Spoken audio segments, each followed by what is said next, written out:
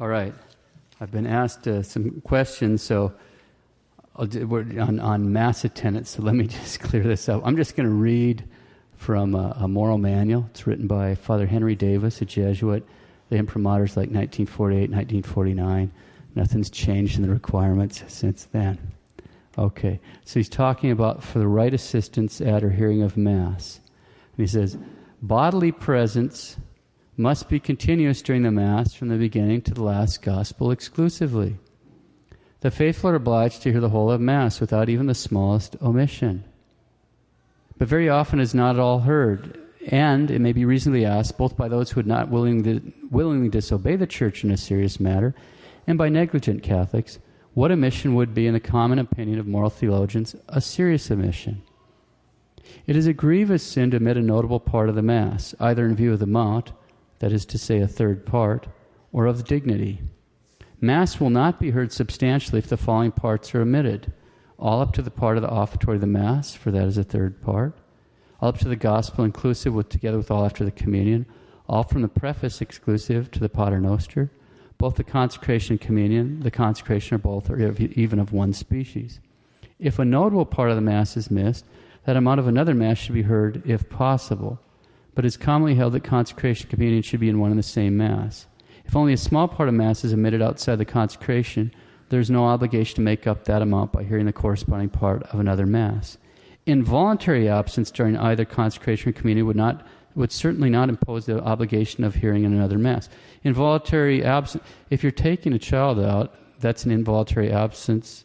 You're not missing Mass. You're taking care of that child because the child needs care. That's okay. You're not missing Mass. We just heard the story of the Good Samaritan. If you're on the way to Mass and there's somebody broke down in a wreck and you stop and you're getting everything, by the time the ambulance go and all that, you've missed Mass. You didn't miss Mass because you can't drive by like the priest and Levite and the Samaritan. Oh, they're dying. Oh, well, I've got to get to Mass. You just stop and take care of that right then, and you didn't miss Mass. It's a positive obligation. If the kids are all sick and only one parent can get to Mass, then the one that's taking care of the sick, they didn't miss Mass because you have to do those kind of things. It's a positive obligation. Negative commandments, you're never excused. Like when God says, thou shalt not commit adultery, there's not a little drop down, on that one, okay? But on a positive commandment, like hearing Mass, there are. If it's a sufficiently grave reason, you can miss, and you can miss parts of it. You take the kids out. You can do two things at the same time at Mass. That's why you can go to confession. In fact, there's something from the Holy See on that in 10 years ago or so, just to remind people that that's perfectly all right. Okay, so if one arrives at the church after the consecration, and there's to be no other Mass to follow, there's probably no obligation to remain because Mass cannot then be substantially heard. Good Catholics would remain, however, for the sake of prayer. Those who habitually come late for Mass commit sins of disobedience and scandal. They are mistaken in thinking they act up to the spirit of Catholicism by being in time for the Gospel, a very common error. But it will not be a grave sin, and no sin at all if there's reasonable excuse to hear successfully the complementary parts of two Masses, even in the inverse order. In other words, if somebody was going to the 9 o'clock Mass, but for whatever reason they had to change attire, so they got there like after the Gospel, they just say, oh, well, I'll just stay for the next Mass and go to the Gospel. So that's obviously in inverse order. That's no sin at all. That's just circumstances. But the consecration communion should be in the one Mass. So hopefully that answered all the questions and didn't raise more, but it's worth going over in any event. All right. That was like a freebie. Now we'll have the sermon. He brought him to an inn and took care of him. In the name of the Father, and of the Son, and of the Holy Ghost. Amen. We'll start today with some excerpts from a letter written to me by a nurse. Quote, this is a case I worked on in Fort Worth for a very large hospice firm. The patient was an elderly man who had end-stage cancer and chronic obstructive pulmonary disease. Right before my shift ended, the assessment nurse in charge of the case came in and said she was surprised to see that he was still alive. Strangely, she took me in another room so the wife could not hear her speak to me. She then told me to tell my replacement nurse to take the oxygen off the patient when the wife went to bed so the wife wouldn't know and so he would die. Greatly distressed by this, I made sure the company was informed and never said a word to the oncoming shift nurse. I thought this nurse case manager would be terminated from her job for wanting to euthanize a patient. Sadly, I was wrong. Close quote. She has 3 more stories along the same lines, one with not such a good ending. Thankfully, that patient wasn't killed. But the point here is that they actually are killing people, deliberately killing people, not just in Oregon and Washington and Montana where they have doctor-prescribed suicide. They're killing people. You've all heard about Terri Schiavo. That's going on every day in many hospice situations and in many hospitals. We priests see this more often than you might think. And many times there isn't a thing that we can do about it. But there's something that you can do about it. And everyone needs to listen carefully what we're going to say here, and then you need to take the action, the course of action that we're going to explain at the end of the sermon. Before we go any farther, let's back up and make sure we have a good hold on the basic teaching of the church, and then we'll go forward from there. So this is just going to be a flying trot. Okay, first, church teaching on euthanasia, so-called mercy killing. In May of 1980, the Holy See issued a document entitled Declaration on Euthanasia. Some excerpts. Quote, "No one," by no one they mean no one can in any way permit the killing of an innocent human being, including a person who is dying. No one is permitted to ask for this act of killing, either for himself or for another person entrusted to his care. Nor can he consent to it, either explicitly or implicitly, nor can any authority legitimately recommend or permit such an action. For it is a question of the violation of the divine law, offense against the dignity of the human person, a crime against life, an attack on humanity." Close quotes. Next, the church teaching on ordinary and extraordinary care. With respect to medical issues, Catholics generally realize when they're sick or ailing or even dying, they have to accept what we call ordinary care, but they are free to refuse extraordinary care. They're free to accept it too, but they're free to refuse extraordinary care. But Catholics are often confused about the difference between ordinary care and extraordinary care, and there's more than one reason for this. As you're going to see, what we mean by ordinary care and extraordinary care is not the same thing that the medical community means by it. They're not wrong. They just use the terms but have a different significance for it. It's not wrong. It just doesn't mean what we mean when we're talking about Catholic moral teaching. So we'll go through the Catholic moral teaching, and then we'll see how the medical community uses it, and you'll see where the confusion can arise. Okay.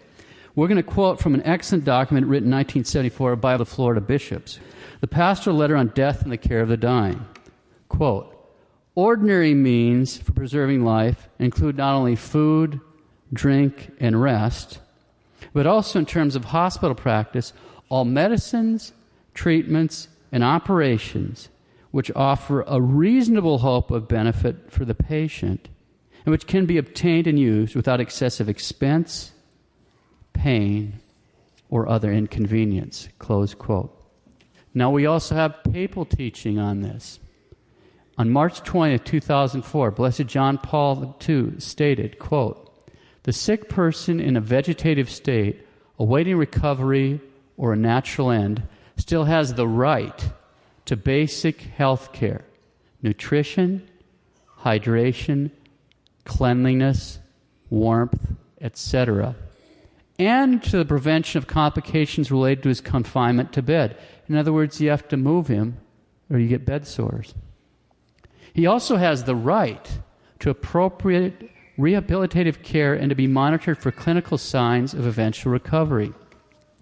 I should like particularly to underline how the administration of water and food, even when provided by artificial means, for example, a tube, always represents a natural means of preserving life, not a medical act. Its use, furthermore, should be considered in principle ordinary and proportionate, and as such morally obligatory, insofar as it consists in providing nourishment to the patient, alleviation of his suffering. Close quote, the Vicar of Christ. Now, that last part, it's important to understand. So there may be, he's speaking of a particular situation where it might not be obligatory to provide food and water. What would that situation be? He's saying when it is not nourishing and alleviating the suffering. In other words, if a person's actually dying right then and now, or let's say their kidneys have crashed, so food and water, whether by mouth or tube feeding at that moment, would not be called for precisely because they're no longer nourishing or hydrating the person. They'd actually be harming the person in that one kind of a situation, if that makes sense what I'm saying there. So that you don't, his kidneys have totally crashed, you don't just have to keep pouring the fluid in and he just starts ballooning out. That's not necessary. But other than that particular kind of situation, they're actually dying. Not like they're going to die. Yeah, we know that. We're all going to die.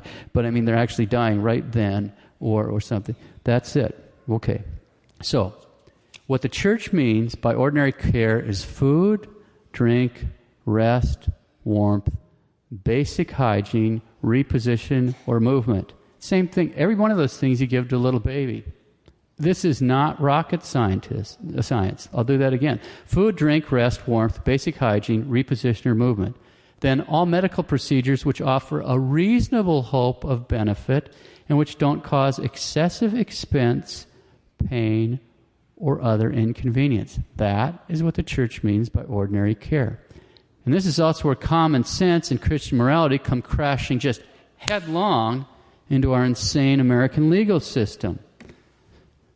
An executive director of Patients' Rights Council, Rita Marker, she's a wonderful Catholic grandma, a really sharp lawyer who spent decades fighting the proponents of euthanasia. She points out, quote, food and fluids, especially provided by tube, are considered medical treatment from a legal standpoint.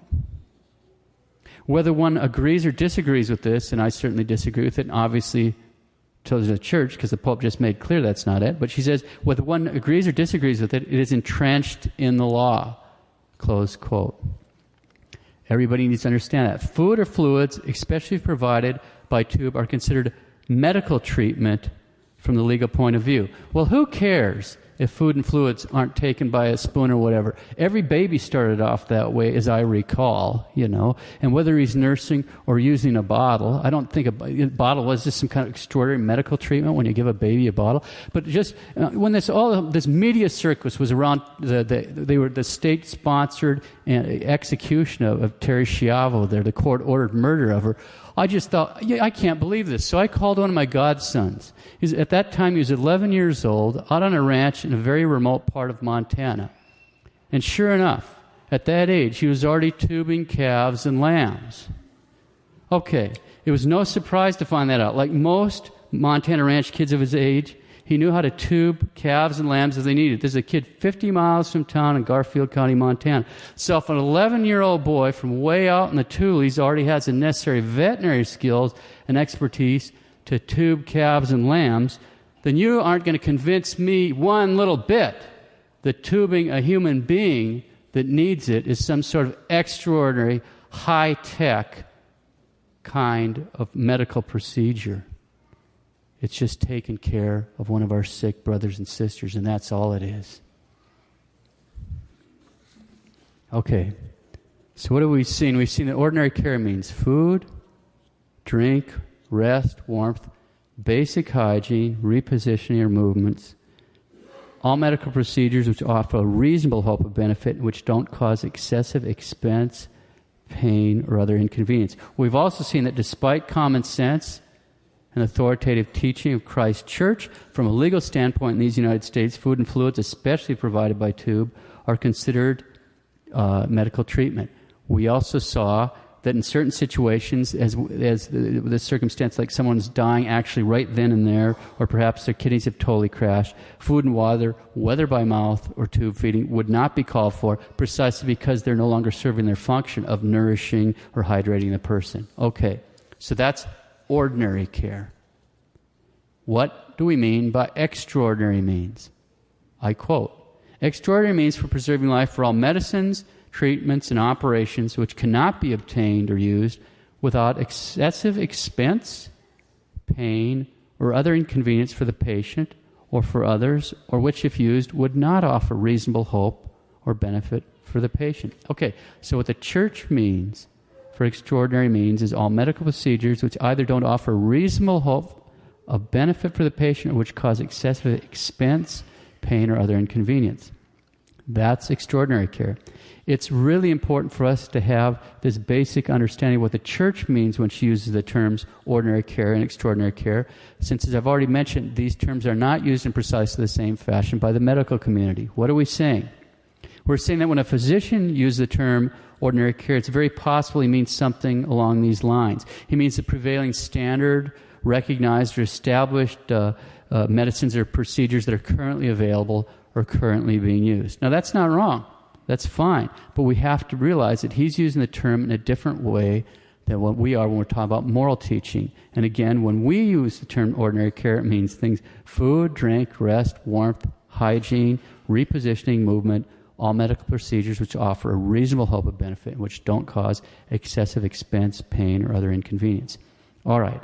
When a physician uses the term extraordinary care, it's very possible he means something like this. He means using medical treatments or procedures that are fanciful, bizarre, experimental, incompletely established, unorthodox, or not recognized.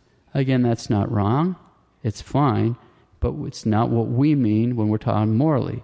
To remind us again, what the church means by extraordinary care, it means all medical procedures which don't offer reasonable hope of benefit for the patient or which cause excessive expense, pain, or other inconvenience.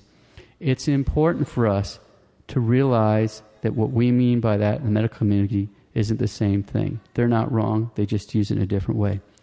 Quick review. When someone is sick or ailing or even dying, they have to accept and or be provided ordinary care. But they can morally refuse extraordinary care. They're free to refuse extraordinary care. Again, ordinary care is food, drink, rest, warmth, hygiene, repositioning, movement, all medical procedures which offer a reasonable hope for benefit and don't cause excessive expense. Have to accept that. Extraordinary care means all medical procedures which either don't offer reasonable hope for benefit for the patient or cause excessive expense, pain, or other inconvenience. Don't have to. A person could morally refuse to accept that, and they're perfectly within their rights. Okay, let's return to the letter from the nurse. Quote, far too many living wills are being pushed by these companies and doctors. I would encourage everyone to get pre-printed medical power of attorney to fill out, designating somebody truly Catholic as your decision maker. They don't necessarily have to be Catholic. They just have to be a good advocate. I'm going to insert this. They have to be a real advocate, and they have to be willing to follow these kind of teachings. You could have somebody that isn't, maybe you're married to somebody that isn't Catholic, but you know they'll respect this. That's fine. They have to be somebody that's assertive. You don't want a Casper milk toast when you're in this. This is somebody that has to be assertive. Okay. Make sure you know what they believe. If you are to trust them, it's a very important task. Not all Catholics value life from conception to death. Never sign a DNR. That's a do not resuscitate order. Close quote. So never sign a living will and never sign a DNR. We're going to unfold this as we go. Read a marker. Quote, removing food and water because the person is considered burdensome or better off dead is legally permitted. Think about that. And we've seen it. I haven't asked Father this morning. I know I've seen it. I've seen it with a friend of mine. And what a thing you could do. They thirst him to death. They keep jacking up the morphine bit by bit. It's common. Removing food and water because a person is considered burdensome or better off dead is legally permitted. Nowadays, healthcare providers are more likely than not to suggest, and in some cases pressure patients or their decision makers to authorize withholding or withdrawal of the medical treatment of foods and fluids. That is another reason why it is so important that a person be assertive regarding his or her own rights and name an agent in a durable power of attorney for health care who can be assertive on the person's behalf. Close quote. Do not sign a living will, do not sign a DNR, And do give someone reliable, someone you can literally trust with your life, someone that will follow the teachings of the church, your durable power of attorney for medical care. Okay? Now, what does all this mean? Let's pause and define some terms so we can see what it means. First off, what is an advance directive? Quote, an advance directive is a document by which a person makes provision for healthcare decisions in the event that in the future he becomes unable to make those decisions. There are two main types of advance directives, the living will and the durable power of attorney for health care. There are also hybrid documents which combine elements, close quote. Okay, another important point, quote, some facilities, particularly nursing homes, erroneously tell patients they must have an advance directive. And many facilities assume that they are required to offer patients an advance directive, usually a living will, to sign at the time of admission, when the patient is naturally under stress and filling out a myriad of other paperwork. Sometimes patients who are anxious to complete admission procedures sign every paper placed before them. This could result in signing a living will without even realizing it until it's too late. That is why it is extremely important to read documents before signing them. Although it is certainly prudent to have an advance directive, both federal and state laws prohibit health facilities from requiring anyone to have signed an advance directive. If you or a loved one are told that an advance directive must be signed before care and treatment can be given, courteously but firmly explain that such a requirement is a violation of the law. Close quote. So I called home, had my parents check at the local hospital. Sure enough, sometime in the process, they had a living will sign. Get that and rid of that. They did. We're about to see why it's so important not to sign a living will, but first we better ask, what is a living will? Quote, a living will is the oldest type of health care advance directive. It is a signed, witnessed, or notarized document called a declaration or directive. Most declarations instruct an attending physician to withhold or withdraw medical interventions from its signer if he is in a terminal condition and is unable to make decisions about medical treatment.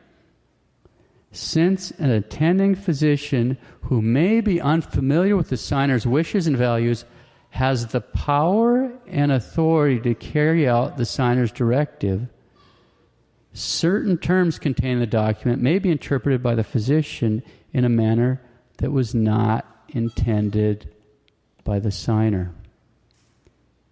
Family members and others who are familiar with the signer's values and wishes have no legal standing to interpret the meaning of the directive, close quote. Everyone, I hope, heard that. Certain terms contained in the document may be interpreted by the physician in a manner that's not intended by the signer. And family members, other people that are familiar with the signer's wishes, have no legal standing to interpret the meaning of the directive. Do not sign a living will. It can be interpreted in ways that are actually contrary to your wishes and the teaching of Holy Mother of the Church. Case in point. Quote, Mary Jo Estep, a very active retired school teacher, broke her hip. As part of her rehabilitation, she checked into a nursing home where on admission she signed a living will that stated she was not to receive extraordinary measures if she was dying. A few days before she was to go home, a tired nurse gave Miss Estep the wrong medication. A mistake that could have been easily reversed at a local hospital emergency room. But that didn't happen. Instead, a doctor wrongly interpreted her living will to mean that Estep would not want treatment. By evening, she was in severe distress with her blood pressure failing and pulse weakening. She died that night. Legal experts in Washington later said that Estep's case found into the murky and untested realm of state law. Eventually, the case was resolved when the nursing home was fined $2,500 for a medication error. Close quote. Well, that's just beautiful. That's just beautiful. So she's dead. Do not sign a living will. It can be interpreted in ways that are actually contrary to wishes and the teaching of the church. Be careful, really careful when being admitted, nursing home or hospital, as they may very well try to get you to sign one as part of the missions process. Okay, now what do we mean by a durable power of attorney for health care, the other kind of advance directive. Quote, a durable power of attorney for health care is a signed, witnessed, or notarized document in which the signer designates an agent to make health care decisions if the signer is temporarily or permanently unable to make such decisions. Unlike most living wills, the durable power of attorney for health care does not require the signer have a terminal condition. An agent must be chosen with great care, since the agent will have great power and authority to make decisions about whether health care will be provided, withheld, or withdrawn from the signer. It is extremely important that the signer carefully discuss his values, wishes, and instructions with the agent before and at the time the document is signed. Such discussions may also continue after the document is signed. It is also important that the agent be willing to exercise his power and authority to make certain the signer's values, wishes, and instructions are respected, close quote. In other words, you want somebody that will be assertive and not get mowed down by some aggressive ethics committee.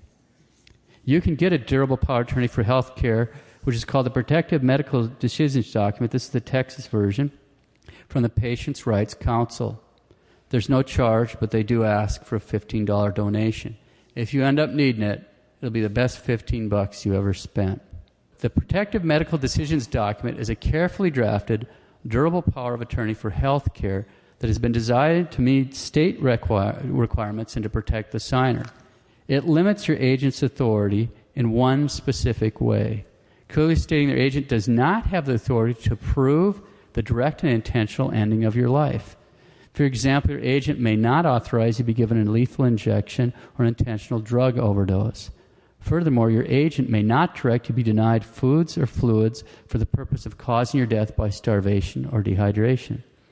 That limitation only protects you, but also protects your agent from being pressured to authorize those actions. It also has specific directions that are necessary in the current medical climate.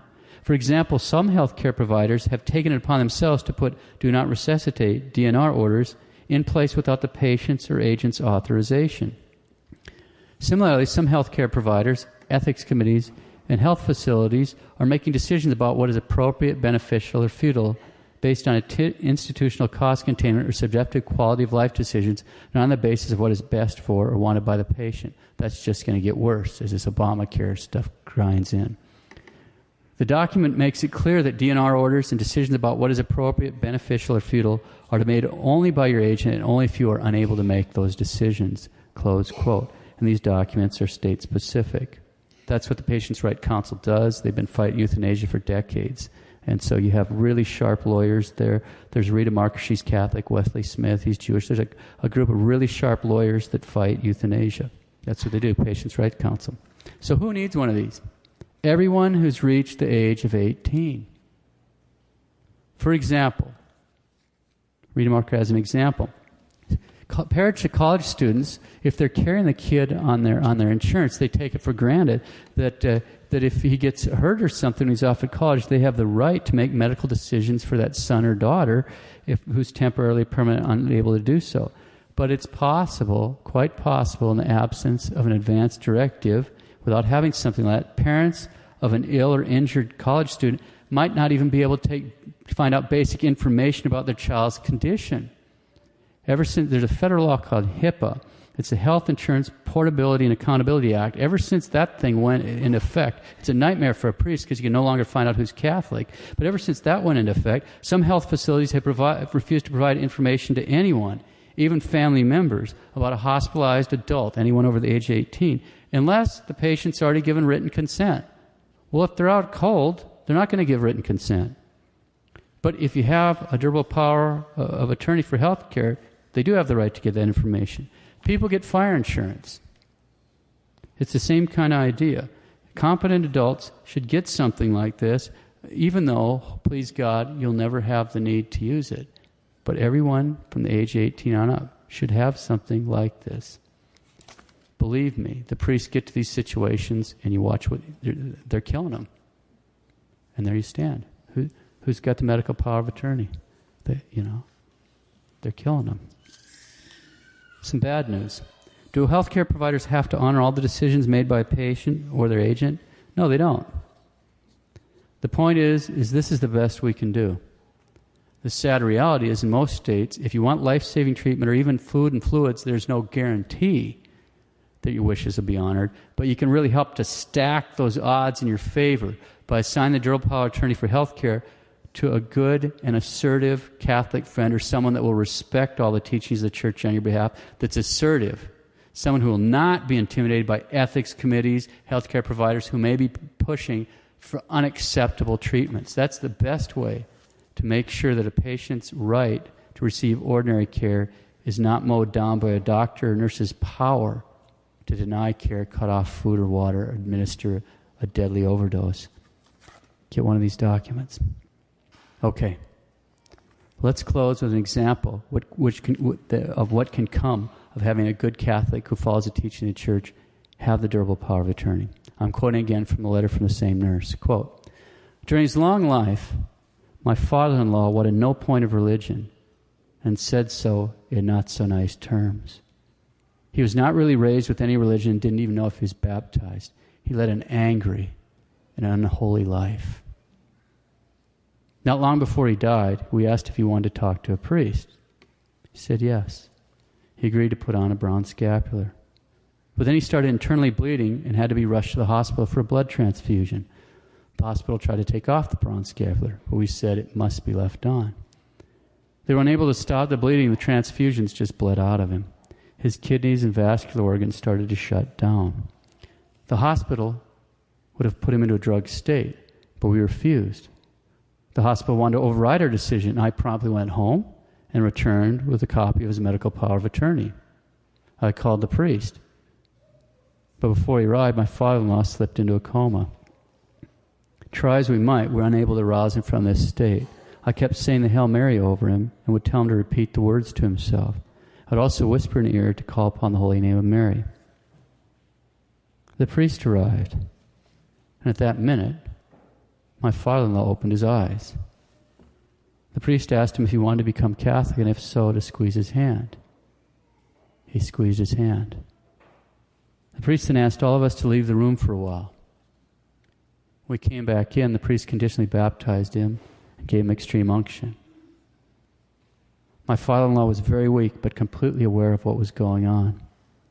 When the priest was done, my father-in-law kept trying to talk, so he removed his oxygen mask, and he clearly thanked the priest, not once, but twice. He then closed his eyes and never opened them again. He died clothed in the brown scapular within hours after the priest left on September 12th, the feast of the Holy Name of Mary. If we would have allowed him to have all the morphine and other drugs the hospital wanted to give him, he would not have been in a lucid state. He would not have been able to give his consent to become Catholic. We thank God and our Blessed Mother for this miraculous deathbed conversion. And I want to thank God and Our Lady too. Get one of these protective medical decisions documents. Get one.